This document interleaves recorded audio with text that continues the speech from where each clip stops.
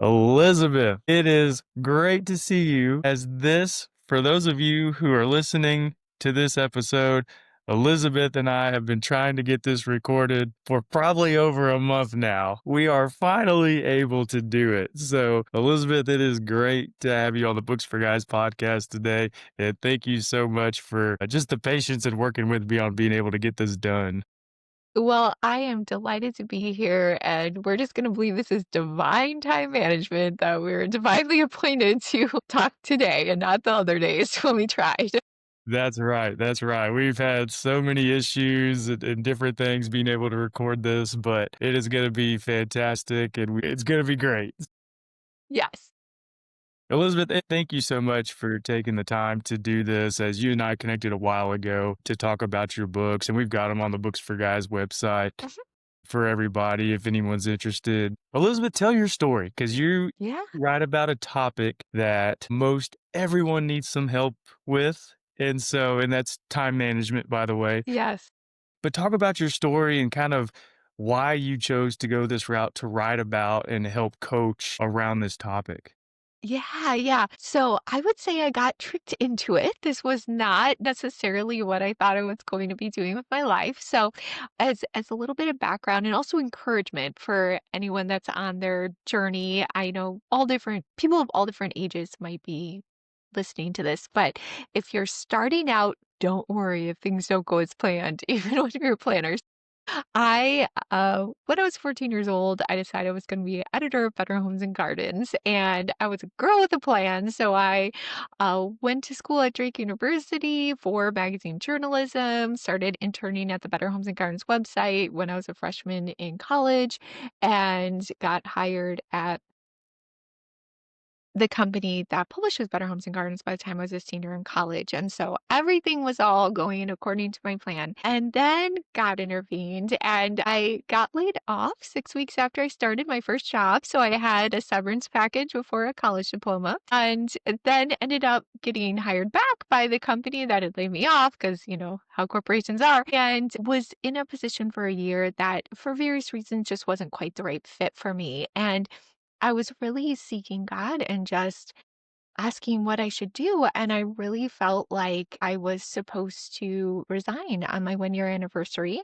And also apply to other jobs. And I'd always been even very early in my career, very security conscious. So I was like, that sounds crazy. Like, quit my job. I mean, I like the applying for jobs part, but like, quit it without having a new job. That sounds insane. But I really felt that was what the Lord wanted me to do. And so I did. And of course, got none of the 7 jobs I interviewed for and was like, what the heck? But that's how God tricked me into starting a business. And so that was my initial backstory. And my first business was actually in magazine journalism. So I had established a big network of people in that field through my internships and my work.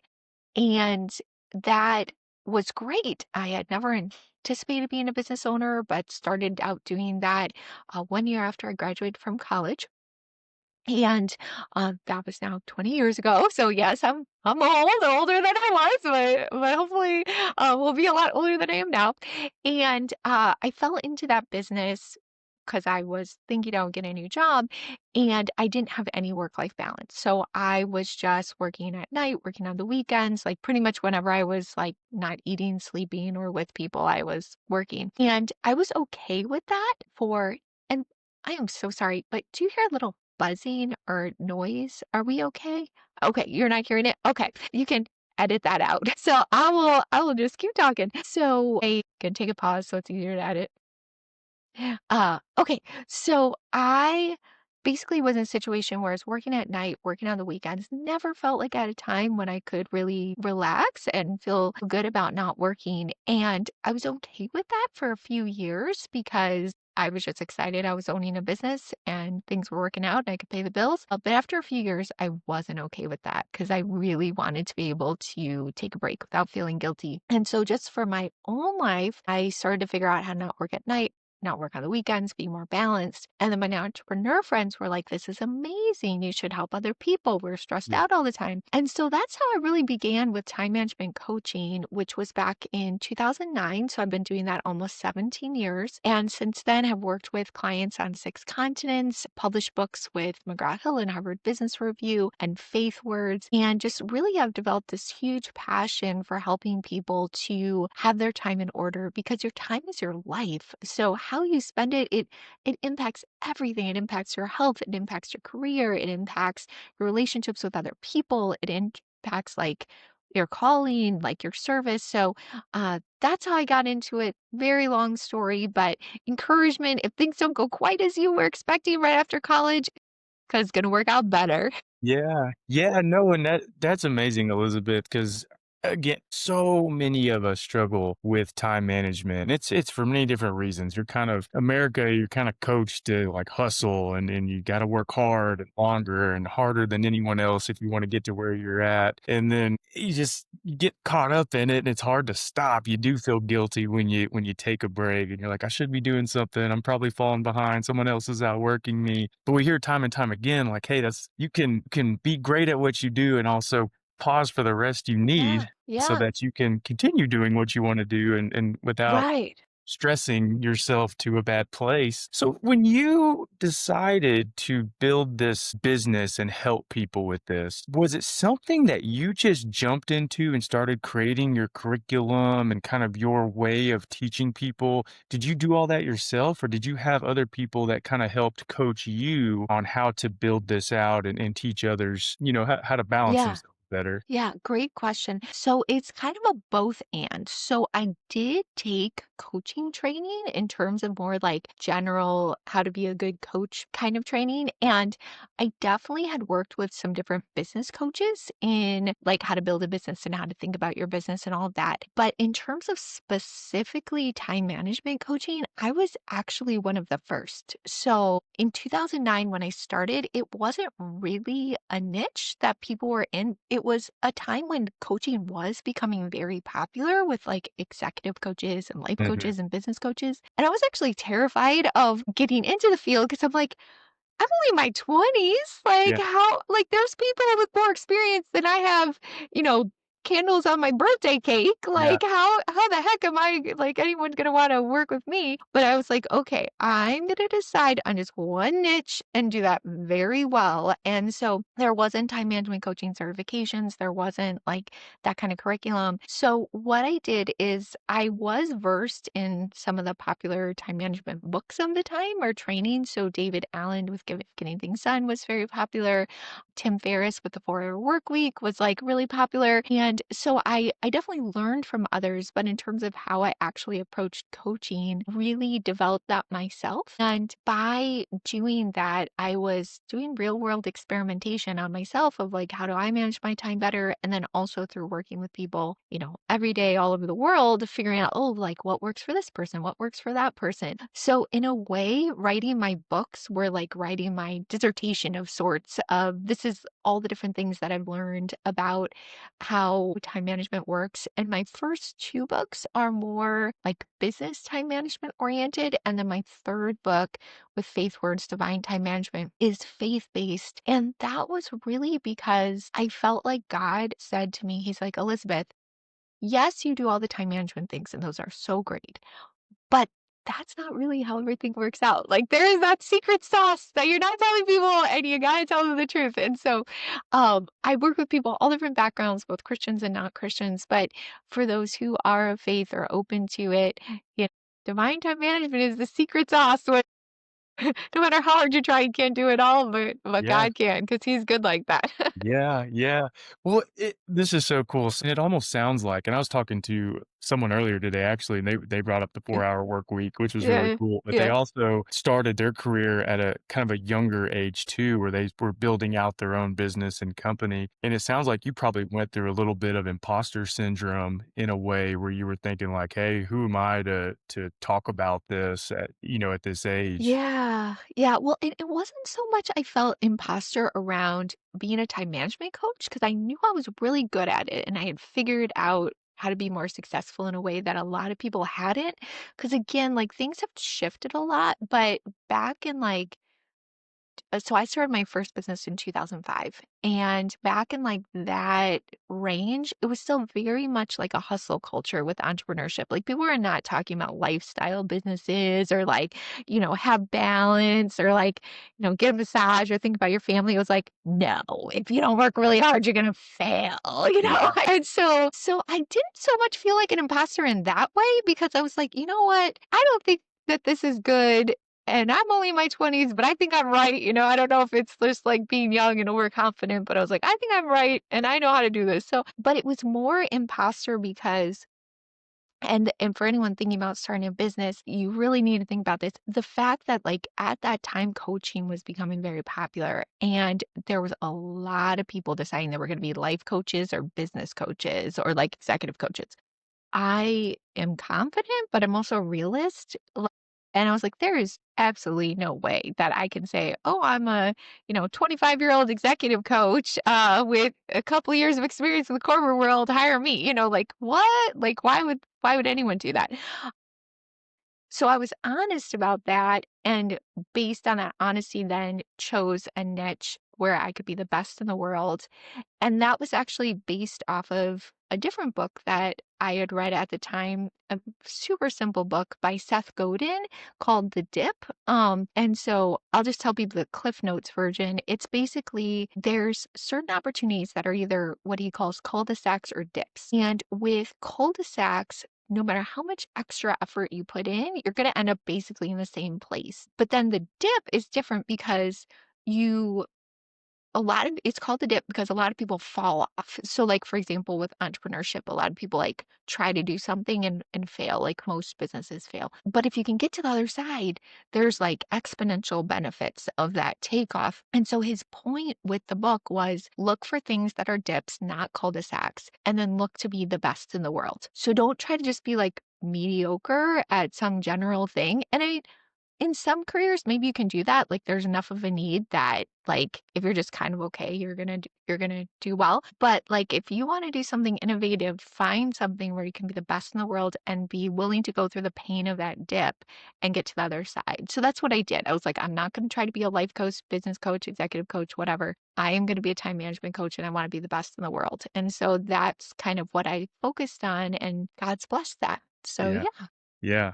Oh, that's awesome. That's so awesome. I mean, you found your niche and you jumped in and you went for it no matter and that's so cool because I talk about this a lot too, is like when you just get to that uncomfortable spot where you that's where the growth happens. That's where all the incredible things happen is if you can just dive in, trust what you're doing, being uncomfortable is exactly where you're supposed to be when you're trying to build something and make the most out of your life. It's when you you could have easily probably bounced around the corporate world and you would have looked back, on that time and been like, wow, what have not a waste, but you knew you Yeah. had more in you.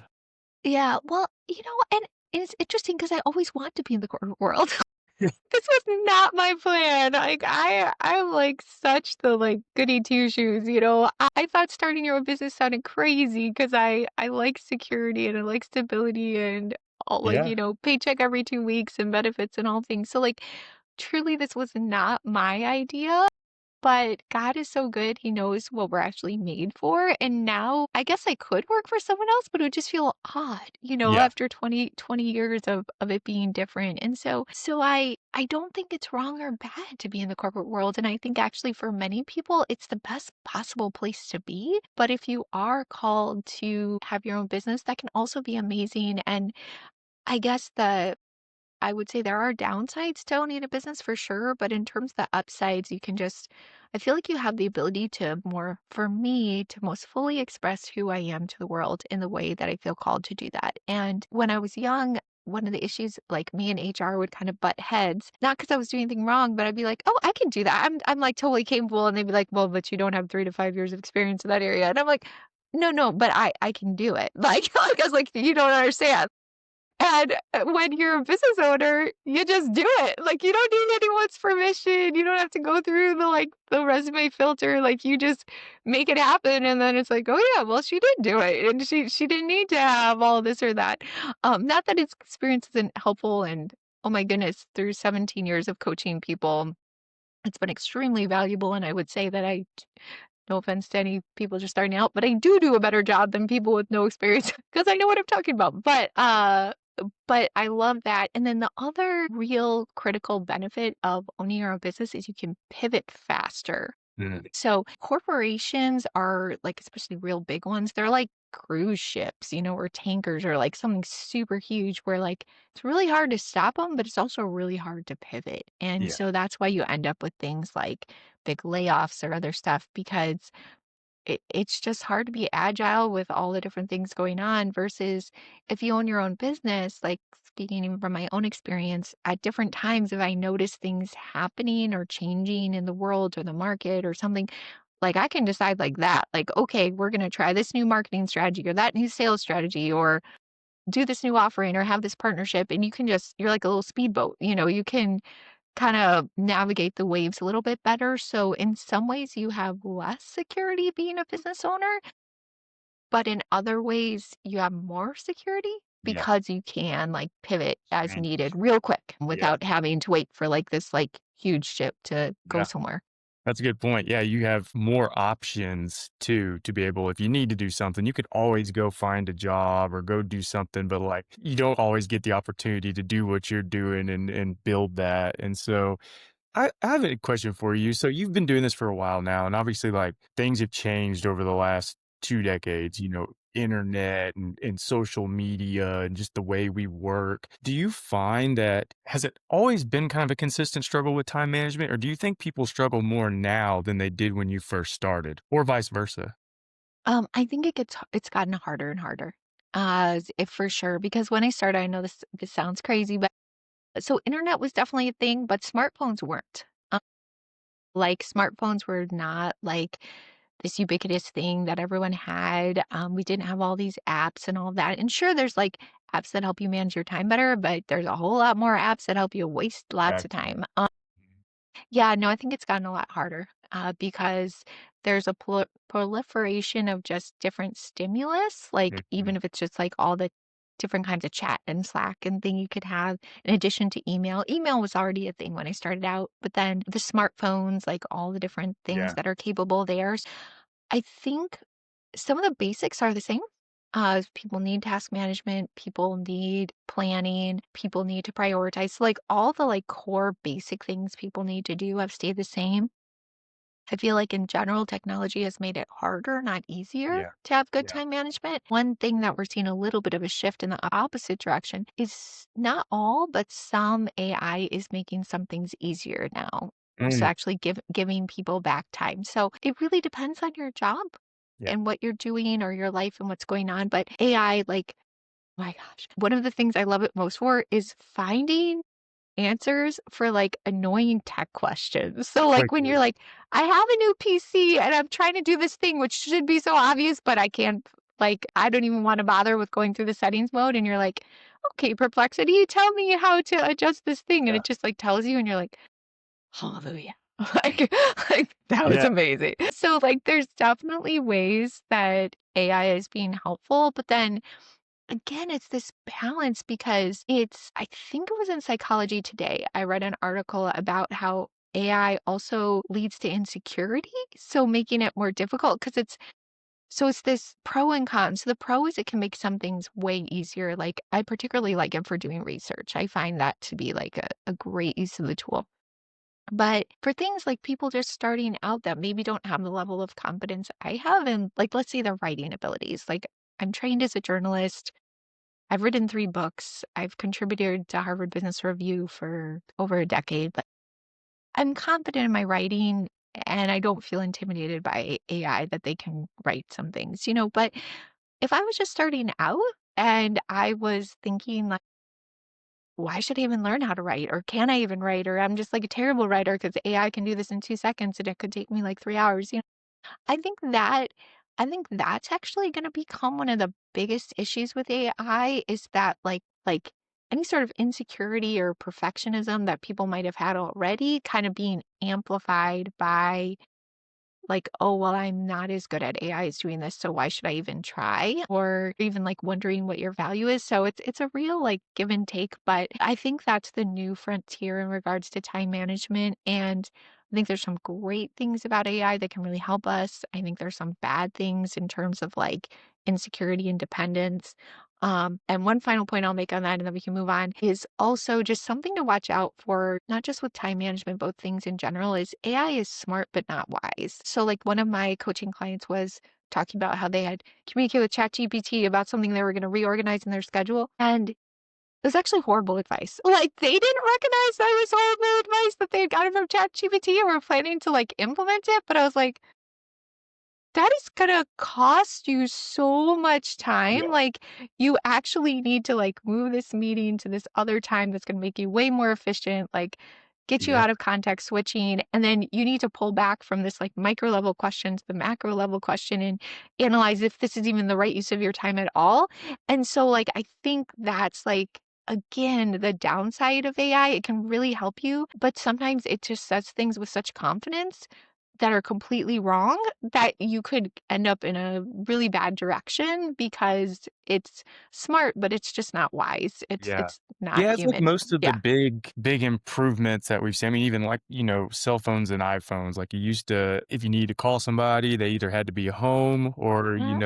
and it wasn't a big deal. You just, okay, I'll call them Right. later in a few hours. But then Right. the cell phone, it's like instant communication. And even talking like from a time management standpoint, you just feel obligated to respond to every text as they come through. So as you're working, a parent texts you, a sibling, a boss, and you're just constantly trying to keep up with messages on a phone. And then social media, it's cool to keep up with people, but then that became, there's some negatives to that. And then I see it exactly with AI too, is then you rely so heavily on it that you kind of get away from your need to intellectually improve and struggle to learn things. Instead, people are just, okay, whatever ChatGPT says, and you move on. You don't really comprehend or learn what's going on. But yeah, my question about like are they struggling more with time management now than before? It does seem, just me personally, that people are. And because I think of myself too, I'm like, while AI helps me automate some things, it also, like, leads me to doing even more things because I'm like, "Okay, cool, I can automate over here, and then I'm gonna do this, and then I'm gonna automate this," but it just adds more to your plate without you really realizing it, and then next thing you know, you got 3 screens up at one time, you're at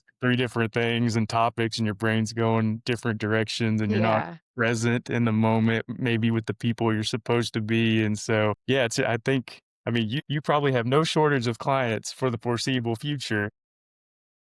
Yeah.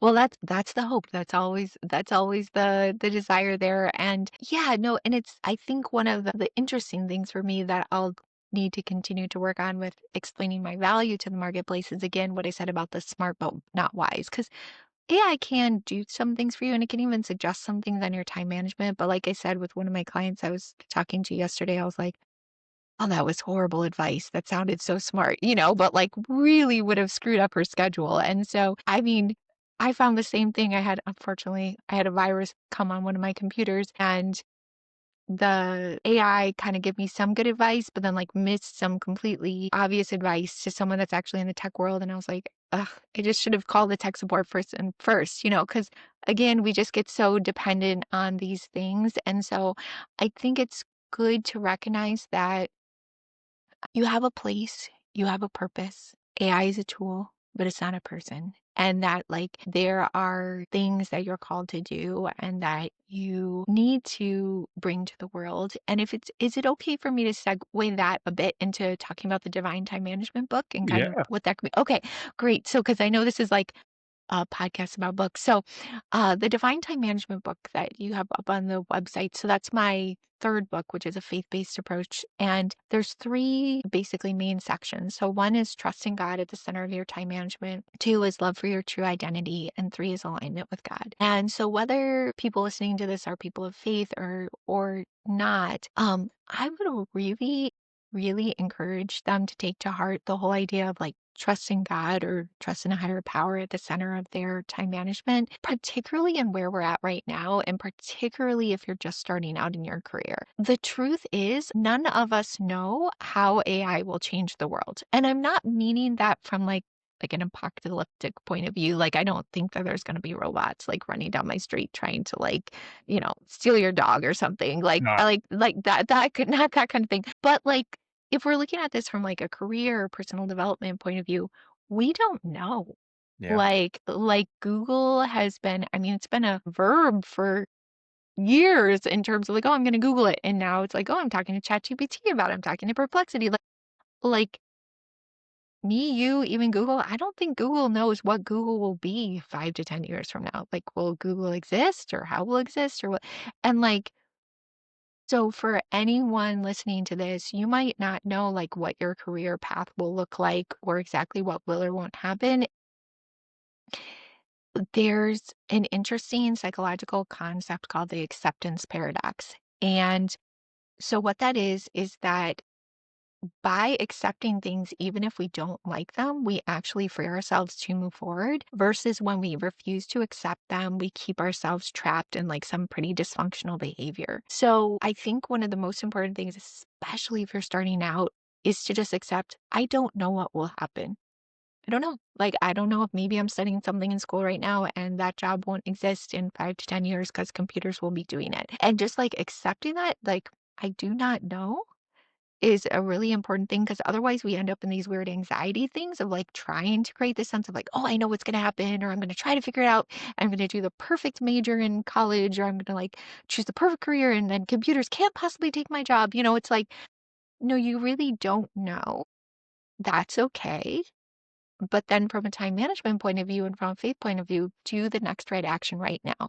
So yes, you don't know what's going to happen with AI in 5 years, but you have a final to study for right now. Like study for that final, and that will make your life better both now and 5 years from now than if you fail that class because you're like can't sleep at night because you're worried about AI taking your job. So I think that's really important. And for myself as a Christian, it's it's helpful because I know God knows and he loves me. And so like I don't know what will happen in 5 to 10 years. I would like to retire from this career, in 20 years from now. I love what I do. Only God knows if that's going to happen and what that's going to look like. And he loves me and I can trust him. And so I just say that as an encouragement because I think already experience a little bit of anxiety with it just because the world has been a certain way and I'm not exactly sure how it will be. But I could really see how this could be like paralyzing if you're just Yeah. starting out, and to just encourage people, yes, that is real, except you don't know what'll happen, but choose the next right action right now. And like you'll end up in a good place and it will Yeah. be okay.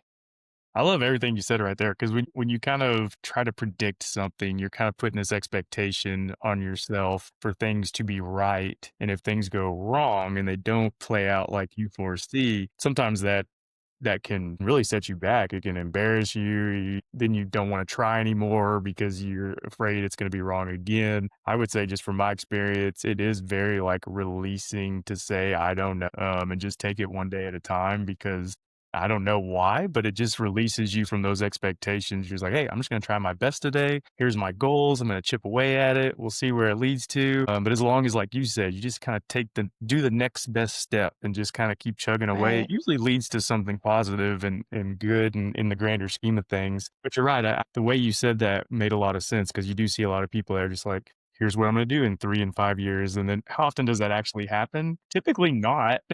Yeah, and it's okay to have like ambitions. Like Yeah. it's not like if you want to go to med school, please like study biology in college. If you want to start a business, do the things to put yourself in position for that. Like I absolutely have done that throughout my career, but then you have to notice, okay, like the reality has shifted. Like, so for example, I wanted to be a time management coach. That worked out for me. But part of why I ended up switching like fully into coaching is that I was in home decorating magazines. And in 2008, 2009, we had a massive recession and people are losing their houses. They're not going to be thinking about redecorating their house when they don't even have a house to redecorate.